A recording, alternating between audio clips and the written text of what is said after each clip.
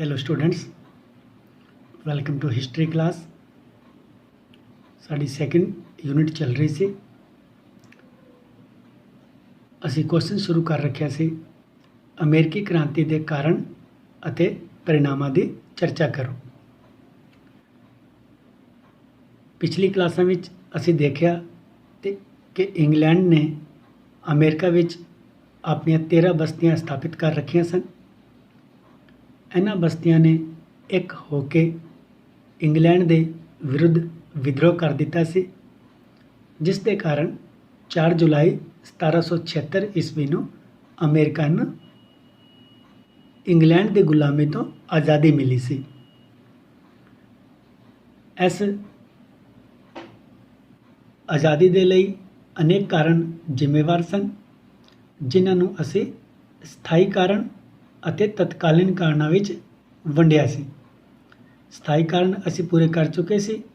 ਤਤਕਾਲੀਨ ਕਾਰਨ ਵਿੱਚ ਕੱਲ੍ਹ ਦੀ ਕਲਾਸ ਵਿੱਚ ਅਸੀਂ ਗ੍ਰੈਨਵਿਲ, ਰੋਕਿੰਘਮ ਅਤੇ ਟਾਊਨਸ਼ੈਂਡ ਦੀ ਨੀਤੀਆਂ ਦੀ ਚਰਚਾ ਕੀਤੀ ਸੀ। ਉਸ ਤੋਂ ਬਾਅਦ ਅਸੀਂ ਅੱਜ ਅੱਗੇ ਜਾਰੀ ਰੱਖਾਂਗੇ। ਸਾਡੀ ਅੱਜ ਦੀ ਕਲਾਸ ਦਾ ਪਹਿਲਾ ਟੌਪਿਕ ਹੈ बोस्टन चाह पार्टी।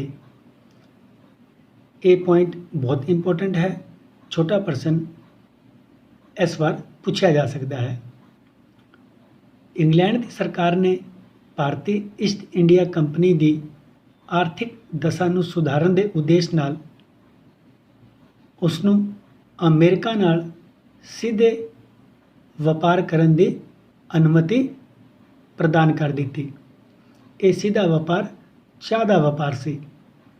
इस तो पहला ये चाह पहला इंग्लैंड जाती सी अते उत्थे प्रति पाउंड एक शिलिंग का कर लगन के बाद अमेरिका पहुँचती सी।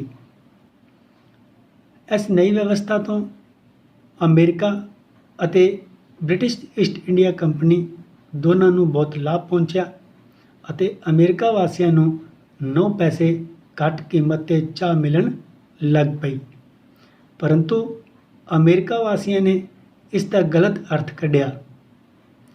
उन्होंने ये समझा कि इंग्लैंड की सरकार उन्होंने लाभ देने की बजाय अपने कर लाने के सिद्धांत नूं मनवाना चाहती है। इसलिए 16 दिसंबर 1773 ईस्वी नूं जदों चाह तो लदे हुए जहाज़ बोस्टन बंदरगाह ते पहुँचे तो उत्थे दे निवासियों ने जहाज़ विच प्रवेश किया अते 342 पेटियां चाह दियां समुद्र विच सुट दित्तियां। अमेरिका के स्वतंत्रता संघर्ष के इतिहास विच इस घटना नूं बोस्टन चाह पार्टी के नाम तो जानिया जाता है। अगला कारण है सरकार की दमन नीति। बोस्टन चाह पार्टी की घटना के बाद सरकार ने दमन नीति का सहारा लिया। इस घटना के बाद इंग्लैंड की सरकार नूं ये विश्वास हो गया कि बस्तियां दे लोग किसी तरह भी विद्रोह करने के लिए तैयार सन अते उन्हां नूं समाप्त करन दा मन इंग्लैंड की सरकार ने बनाया। इंग्लैंड की सरकार ने बोस्टन की अदालत नूं अपराधियों नूं पकड़न दे लई अते उन्हां नूं सज़ा देण दे लई कहा। अदालत ने अपराधियों नूं पता लाउण दा असफल प्रयास किया। पूरे बोस्टन की जनता नूं सज़ा देने के उद्देश्य नाल ब्रिटिश सरकार ने एक विधेयक द्वारा बोस्टन के बंदरगाह नाल हर तरह के व्यापार ते रोक ला दी। इस तो बाद 1774 ईस्वी विच उसने मैसाचुसेट्स की विधान सभा नूं भी भंग कर दिता। उत्थे सैनिक शासन की ਸਥਾਪਨਾ ਕੀਤੀ।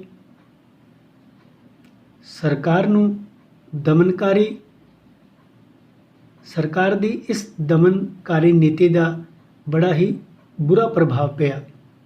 ਸਿੱਟੇ ਵਜੋਂ ਅਮਰੀਕਾ ਵਾਸੀਆਂ ਨੇ ਬ੍ਰਿਟਿਸ਼ ਸੰਸਦ ਦੁਆਰਾ ਪਾਸ ਕੀਤੇ ਗਏ 13 ਕਾਨੂੰਨਾਂ ਨੂੰ ਰੱਦ ਕਰਨ ਦੀ ਮੰਗ ਕੀਤੀ। ਅੰਗਰੇਜ਼ੀ ਮਾਲ ਦਾ ਬਾਈਕਾਟ ਕੀਤਾ ਗਿਆ। ਇਸ 'ਤੇ ਮਜਬੂਰ ਹੋ ਕੇ ਇੰਗਲੈਂਡ ਦੇ ਪ੍ਰਧਾਨ ਮੰਤਰੀ ਲਾਰਡ ਨਾਰਥ ਨੇ ਸਮਝੌਤੇ ਦੇ ਪ੍ਰਯਾਸ ਕੀਤੇ।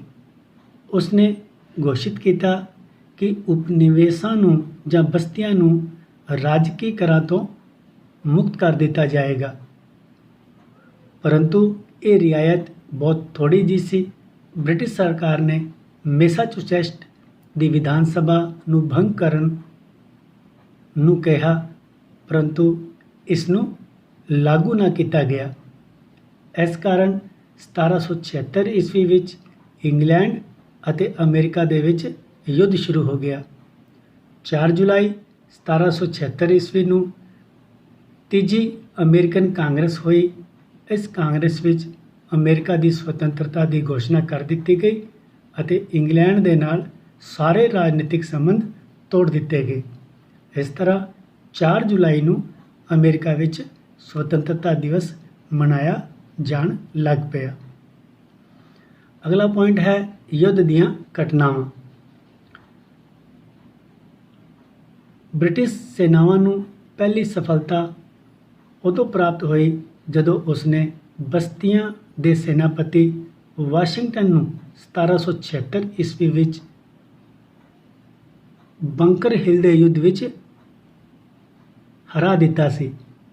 ਬ੍ਰਿਟਿਸ਼ ਸੈਨਾਵਾਂ ਨੇ ਜਲਦੀ ਹੀ ਫਿਲਾਡੈਲਫੀਆ 'ਤੇ ਅਧਿਕਾਰ ਕਰ ਲਿਆ, ਪਰੰਤੂ ਅਕਤੂਬਰ 1777 ਈਸਵੀ ਵਿੱਚ ਵਾਸ਼ਿੰਗਟਨ ਨੇ ਬ੍ਰਿਟਿਸ਼ ਜਨਰਲ ਬੁਰਗੋਇਲ ਨੂੰ ਸਰਾਟੋਗਾ ਨਾਂ ਦੇ ਸਥਾਨ 'ਤੇ ਘੇਰ ਲਿਆ ਅਤੇ ਉਸ ਨੂੰ ਹਥਿਆਰ ਸੁੱਟਣ ਦੇ ਲਈ ਮਜਬੂਰ ਕਰ ਦਿੱਤਾ। ਅੰਗਰੇਜ਼ਾਂ ਦੀ ਇਸ ਹਾਰ ਨਾਲ ਯੁੱਧ ਦੀ ਦਿਸ਼ਾ ਹੀ ਬਦਲ ਗਈ। ਸਰਾਟੋਗਾ ਵਿੱਚ ਬਸਤੀਆਂ ਦੀ ਜਿੱਤ ਦਾ ਇੱਕ ਮਹੱਤਵਪੂਰਨ ਪਰਿਣਾਮ ਇਹ ਵੀ ਹੋਇਆ ਕਿ ਇਸ ਨੇ ਫਰਾਂਸ, ਸਪੇਨ ਆਦਿ ਯੂਰੋਪੀਅਨ ਦੇਸ਼ਾਂ ਨੂੰ ਵੀ ਬ੍ਰਿਟੇਨ ਦੇ ਵਿਰੁੱਧ ਯੁੱਧ ਲੜਨ ਦੇ ਲਈ ਪ੍ਰੇਰਿਤ ਕੀਤਾ। ਇੱਥੇ ਇਹ ਗੱਲ ਧਿਆਨ ਦੇਣ ਯੋਗ ਹੈ ਕਿ ਫਰਾਂਸ 1776 ਈਸਵੀ ਤੋਂ ਹੀ ਇਸ ਯੁੱਧ ਵਿੱਚ ਰੁਚੀ ਲੈ ਰਿਹਾ ਸੀ, ਕਿਉਂਕਿ ਉਹ 7 ਸਾਲਾ ਯੁੱਧ ਵਿੱਚ ਆਪਣੀ ਹਾਰ ਦਾ ਬਦਲਾ ਲੈਣਾ ਚਾਹੁੰਦਾ ਸੀ ਅਤੇ 1778 ਈਸਵੀ ਵਿੱਚ ਫਰਾਂਸ ਵੀ ਯੁੱਧ ਵਿੱਚ ਸ਼ਾਮਿਲ ਹੋ ਗਿਆ। 1779 ਈਸਵੀ ਵਿੱਚ ਸਪੇਨ ਅਤੇ 1780 ਈਸਵੀ ਵਿੱਚ ਹਾਲੈਂਡ ਨੇ ਵੀ ਇੰਗਲੈਂਡ ਦੇ ਵਿਰੁੱਧ ਯੁੱਧ ਦੀ ਘੋਸ਼ਣਾ ਕਰ ਦਿੱਤੀ। ਫਰਾਂਸ ਅਤੇ ਸਪੇਨ ਦੀ ਸਾਂਝੀ ਸੈਨਾਵਾਂ ਨੇ ਯੁੱਧ ਦਾ ਨਕਸ਼ਾ ਹੀ ਬਦਲ ਕੇ ਰੱਖ ਦਿੱਤਾ। 1781 ਈਸਵੀ ਵਿੱਚ ਅਮਰੀਕੀ ਸੈਨਾਪਤੀ ਵਾਸ਼ਿੰਗਟਨ ਨੇ ਯਾਰਕਟਾਊਨ ਵਿੱਚ ਬ੍ਰਿਟਿਸ਼ ਸੈਨਾਪਤੀ ਕਾਰਨਵਾਲਿਸ ਨੂੰ ਬੜੀ ਬੁਰੀ ਤਰ੍ਹਾਂ ਹਰਾਇਆ ਅਤੇ ਉਸ ਨੂੰ ਹਥਿਆਰ ਸੁੱਟਣ 'ਤੇ ਮਜਬੂਰ ਕਰ ਦਿੱਤਾ। ਹੁਣ ਜਿਬਰਾਲਟਰ ਨੂੰ ਛੱਡ ਕੇ ਬਾਕੀ ਸਾਰੇ ਸਥਾਨਾਂ 'ਤੇ ਅੰਗਰੇਜ਼ ਹਾਰ ਗਏ ਸਨ। ਇਹ ਸਮਾਚਾਰ ਜਦੋਂ ਇੰਗਲੈਂਡ ਪਹੁੰਚਿਆ ਤੇ ਪ੍ਰਧਾਨ ਮੰਤਰੀ ਲਾਰਡ ਨਾਰਥ ਨੇ ਆਪਣੇ ਅਹੁਦੇ ਤੋਂ ਤਿਆਗ ਪੱਤਰ ਦੇ ਦਿੱਤਾ, ਲੇਕਿਨ ਸਮਰਾਟ ਜਾਰਜ ਤੀਜੇ ਦੇ ਜਿੱਦ ਦੇ ਕਾਰਨ ਇਹ ਯੁੱਧ 1783 ਈਸਵੀ ਤੱਕ ਖਿੱਚਦਾ ਚਲਾ ਗਿਆ। ਅੰਤ ਵਿੱਚ 3 ਸਤੰਬਰ 1783 ਈਸਵੀ ਨੂੰ ਪੈਰਿਸ ਦੀ ਸੰਧੀ ਦੇ ਨਾਲ ਇਹ ਯੁੱਧ ਸਮਾਪਤ ਹੋ ਗਿਆ। ਇਸ ਸੰਧੀ ਦੇ ਸਿੱਟੇ ਵਜੋਂ ਇੰਗਲੈਂਡ ਨੇ ਅਮਰੀਕਾ ਨੂੰ ਸੁਤੰਤਰਤਾ ਪ੍ਰਦਾਨ ਕਰ ਦਿੱਤੀ। ਅਗਲਾ ਮੇਨ ਪੁਆਇੰਟ ਹੈ ਅਮਰੀਕੀ ਕ੍ਰਾਂਤੀ ਦਾ ਮਹੱਤਵ। ਅਮਰੀਕਾ ਦੀ ਕ੍ਰਾਂਤੀ ਨੂੰ ਵਿਸ਼ਵ ਇਤਿਹਾਸ ਵਿੱਚ ਮਹੱਤਵਪੂਰਨ ਸਥਾਨ ਪ੍ਰਾਪਤ ਹੈ। ਸਭ ਤੋਂ ਪਹਿਲਾਂ ਐਸੀ ਕ੍ਰਾਂਤੀ ਨੇ ਇਹ ਉਦਾਹਰਣ ਪੇਸ਼ ਕੀਤਾ ਕਿ ਜੇਕਰ ਬਸਤੀ ਦੇ ਲੋਕਾਂ ਵਿੱਚ ਜਾਗ੍ਰਿਤੀ ਆ ਜਾਏ ਤੇ ਉਹਨਾਂ ਨੂੰ ਕੋਈ ਵੀ ਸ਼ਕਤੀ ਆਪਣੇ ਅਧੀਨ ਨਹੀਂ ਰੱਖ ਸਕਦੀ। ਅਮਰੀਕਾ ਦੀ ਕ੍ਰਾਂਤੀ ਤੋਂ ਪ੍ਰੋਤਸਾਹਿਤ ਹੋ ਕੇ ਹੀ ਹੋਰ ਕਈ ਬਸਤੀਆਂ ਨੇ ਵੀ ਆਪਣੀ ਸੁਤੰਤਰਤਾ ਦੇ ਲਈ ਪ੍ਰਯਾਸ ਕੀਤੇ ਅਤੇ ਉਹਨਾਂ ਵਿੱਚ ਉਹ ਸਫਲ ਵੀ ਰਹੇ। ਇਸ ਕ੍ਰਾਂਤੀ ਨੇ ਨਵੇਂ ਪੂੰਜੀਵਾਦ ਨੂੰ ਅੱਗੇ ਵਧਾਉਣ ਦਾ ਮੌਕਾ ਪ੍ਰਦਾਨ ਕੀਤਾ। ਅਮਰੀਕਾ ਹੀ ਅਜਿਹਾ ਪਹਿਲਾ ਰਾਸ਼ਟਰ ਸੀ ਜਿਸ ਨੇ ਜੱਦੀ ਰਾਜਤੰਤਰ ਦਾ ਅੰਤ ਕਰਕੇ ਪ੍ਰਜਾਤੰਤਰ ਦੀ ਸਥਾਪਨਾ ਕੀਤੀ। ਉੱਥੇ ਨਿਰਵਾਚਿਤ ਰਾਸ਼ਟਰਪਤੀ ਦੀ ਪ੍ਰਥਾ ਚਲਾਈ ਗਈ।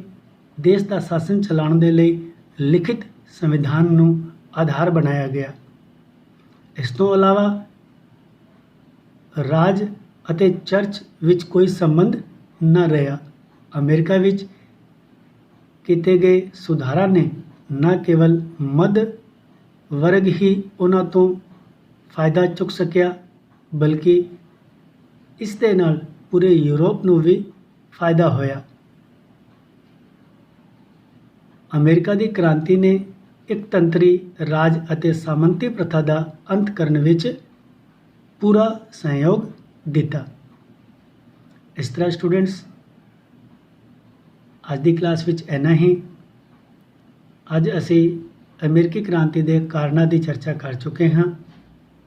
ਅਗਲੀ ਕਲਾਸ ਵਿੱਚ ਇਸੇ ਕ੍ਰਾਂਤੀ ਦੇ ਪਰਿਣਾਮਾਂ ਦੀ ਚਰਚਾ ਕਰਾਂਗੇ। ਇੱਕ ਇੰਪੋਰਟੈਂਟ ਗੱਲ ਤੁਹਾਨੂੰ ਦੱਸਦਾ, ਜੇਕਰ ਪ੍ਰੀਖਿਆ ਦੇ ਵਿੱਚ ਕੁਐਸਚਨ ਇਸ ਤਰ੍ਹਾਂ ਪੁੱਛਿਆ ਜਾਂਦਾ ਹੈ ਕਿ ਅਮਰੀਕੀ ਕ੍ਰਾਂਤੀ ਦੇ ਕਾਰਨਾਂ ਦੀ ਚਰਚਾ ਕਰੋ, ਯਾਨੀ ਕੇਵਲ ਕਾਰਨ ਪ੍ਰੀਖਿਆ ਵਿੱਚ ਪੁੱਛੇ ਜਾਣ, ਤੇ ਉਸ ਵਿੱਚ ਤੁਸੀਂ ਯੁੱਧ ਦੀਆਂ ਘਟਨਾਵਾਂ ਅਤੇ ਅਮਰੀਕੀ ਕ੍ਰਾਂਤੀ ਦਾ ਮਹੱਤਵ ਇਹਨਾਂ ਦੋਨਾਂ ਪੁਆਇੰਟਸ ਨੂੰ ਸ਼ਾਮਲ ਕਰੋਗੀਆਂ। ਪਰੰਤੂ ਜੇਕਰ ਕੁਐਸਚਨ ਇਸ ਤਰ੍ਹਾਂ ਪੁੱਛਿਆ ਜਾਂਦਾ ਹੈ ਜਿਵੇਂ ਕਿ ਅਸੀਂ ਸ਼ੁਰੂ ਕਰ ਰੱਖਿਆ ਹੈ ਕਿ ਅਮਰੀਕੀ ਕ੍ਰਾਂਤੀ ਦੇ ਕਾਰਨ ਅਤੇ ਪਰਿਣਾਮ ਲਿਖੋ, ਉਦੋਂ ਕਿਉਂਕਿ ਇਹ ਪ੍ਰਸ਼ਨ ਬਹੁਤ ਜ਼ਿਆਦਾ ਵੱਡਾ ਹੋ ਜਾਊਗਾ, ਇਸ ਲਈ ਜੇਕਰ ਤੁਸੀਂ ਚਾਹੋ ਤੇ ਕਾਰਨ ਅਤੇ ਪਰਿਣਾਮ ਇਕੱਠਾ ਕਰਦੇ ਸਮੇਂ, ਯਾਨੀ ਕੁਐਸਚਨ ਪ੍ਰੀਖਿਆ ਵਿੱਚ ਇਕੱਠਾ ਪੁੱਛਿਆ ਜਾਵੇ ਕਾਰਨ ਅਤੇ ਪਰਿਣਾਮਾਂ ਦਾ, ਤੇ ਉਸ ਸਮੇਂ ਤੁਸੀਂ ਯੁੱਧ ਦੀਆਂ ਘਟਨਾਵਾਂ ਅਤੇ ਅਮਰੀਕੀ ਕ੍ਰਾਂਤੀ ਦੇ ਮਹੱਤਵ ਨੂੰ ਛੱਡਦੇ ਹੋਏ ਇਸ ਕੁਐਸਚਨ ਨੂੰ ਪੂਰਾ 6 ਤੋਂ 8 ਪੇਜਾਂ ਵਿੱਚ ਕਰ ਸਕਦੇ ਹੋ।